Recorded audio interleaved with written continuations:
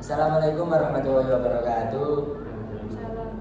Kami dari kelompok 6 mata kuliah studi hukum Islam akan mempresentasikan jurnal kami yang berjudul Sejarah Intelektual Nuruddin Al-Raniri dan metodenya dalam menyelesaikan masalah hukum Islam. Sebelum itu, perkenalkan, nama saya Muhammad Taufan Raduddin. Saya Rahman Wildan Amrar. Saya Nabila Rahmah. Saya Famaya Deudia. Untuk penjelasan yang pertama akan dijelaskan oleh saudari Fahma. Waktu dan tempat, persilakan. Yang pertama-tama, Nuruddin Al-Raniri berasal dari keluarga Arab. Ia dilahirkan di Raniri, Gujarat.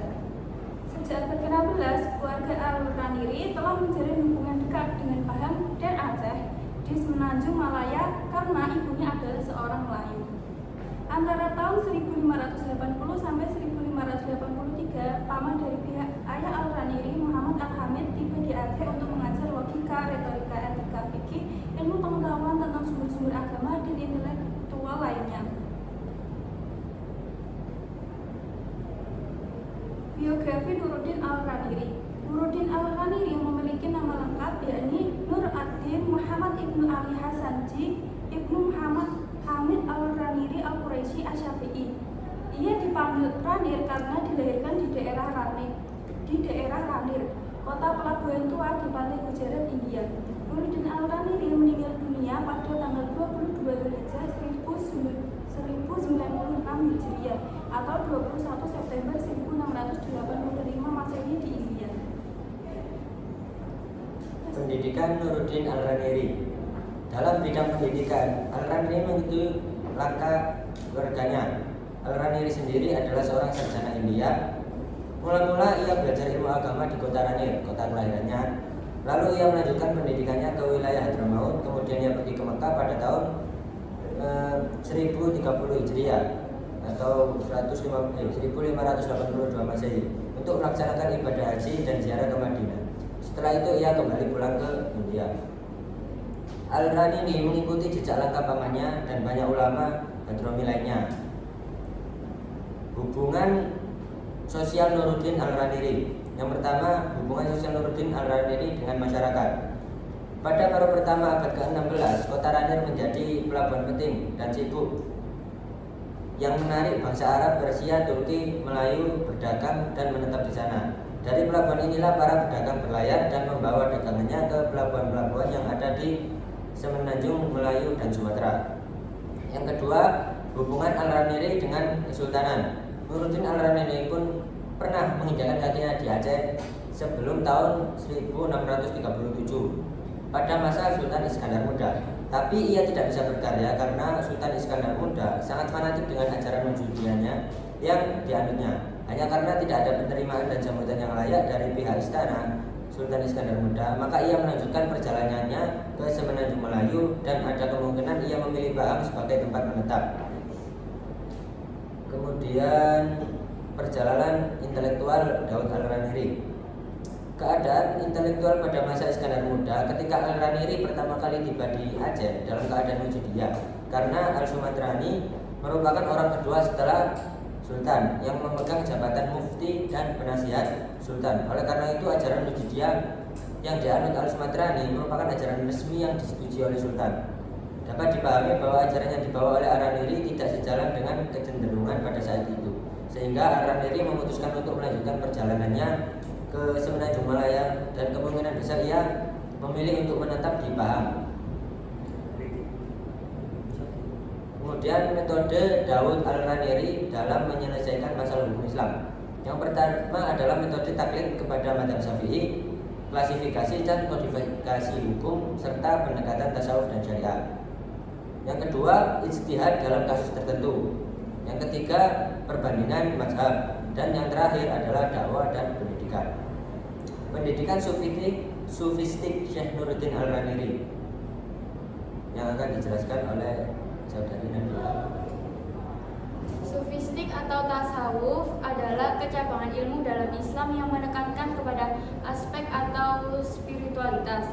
Sumber dari ajaran tasawuf adalah dari nilai-nilai ajaran Islam itu sendiri sesuai dengan Al-Quran dan hadis. Pendidikan sofistik Nuruddin Al-Hariri adalah menjadikan syariat sebagai salah satu ciri khas dalam ajaran tasawufnya. Ajaran sofistik Al-Hariri selanjutnya adalah meyakini tentang adanya hakikat atau lebih dikenal dengan istilah tasawuf.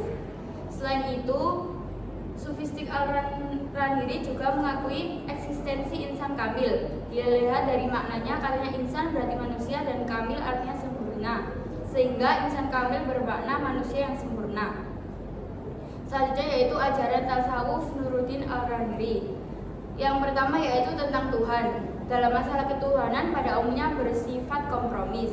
Yang kedua yaitu tentang alam. Al-Hariri berpandangan bahwa alam ini diciptakan oleh Allah melalui tajalli. Ia menolak teori Al-Farabi karena hal itu dapat memunculkan pengakuan bahwa alam ini kodim sehingga menjerumuskan kepada kemusyrikan. Yang ketiga yaitu tentang manusia.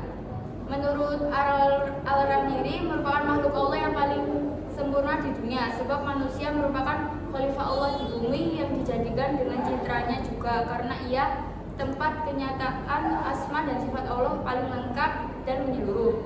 Yang keempat yaitu tentang wujudiyah. Inti ajaran wujudiyah berpusat pada wahdat al-wujud, dapat membawa kekafiran. Yang kelima yaitu tentang hubungan dan syariat dan hakikat. Pemisahan antara syariat dan hakikat menurut Al-Hariri merupakan sesuatu yang tidak benar.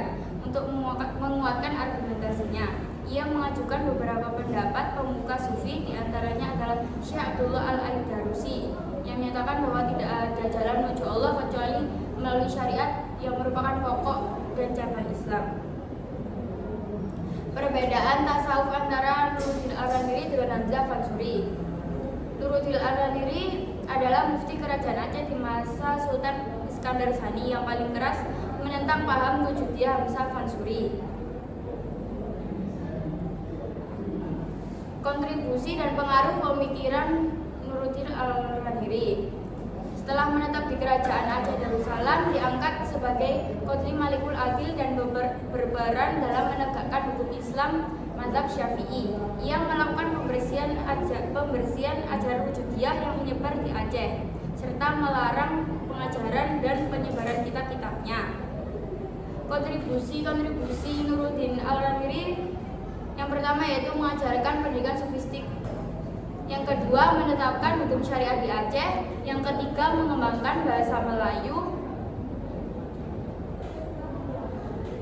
untuk mengenang jasa-jasa keilmuannya untuk masyarakat Aceh. Namanya diabadikan menjadi sebuah universitas terkemuka di Aceh, yakni Universitas Lisan Negeri Al-Hariri. Kritik terhadap pemikiran tasawuf Al-Hariri. Pemikiran tasawuf Al-Hariri sering dipandang berbeda dengan ajaran Fansuri dan Sumatrani. Seolah-olah ada posisi tegas antara yang benar dan yang salah, baik yang buruk atau sesuai syariat dan tidak sesuai syariat. Pemikiran Al-Hariri sering dianggap bertentangan dengan pemikiran Fansuri dan Sumatrani yang dipandang sebagai bentuk kebenaran dan penyesuaian dengan syariat. Karena itu, Al-Hariri sering dipandang sebagai mujaddid atau pelopor gerakan Neo-Sufisme di Indonesia. Semula, Nuruddin Al-Hariri seorang cendekiawan Muslim abad ke-17 dari Aceh, merupakan tokoh kunci dalam perkembangan pemikiran dan hukum Islam di Nusantara. Lahir dari keluarga Arab, Hadramaut yang berakar di Gujarat, India, dan buku berdarah Melayu, Al-Hariri memiliki keunikan dalam menyatukan wawasan keilmuan Islam klasik dengan konteks budaya Melayu Asia Tenggara.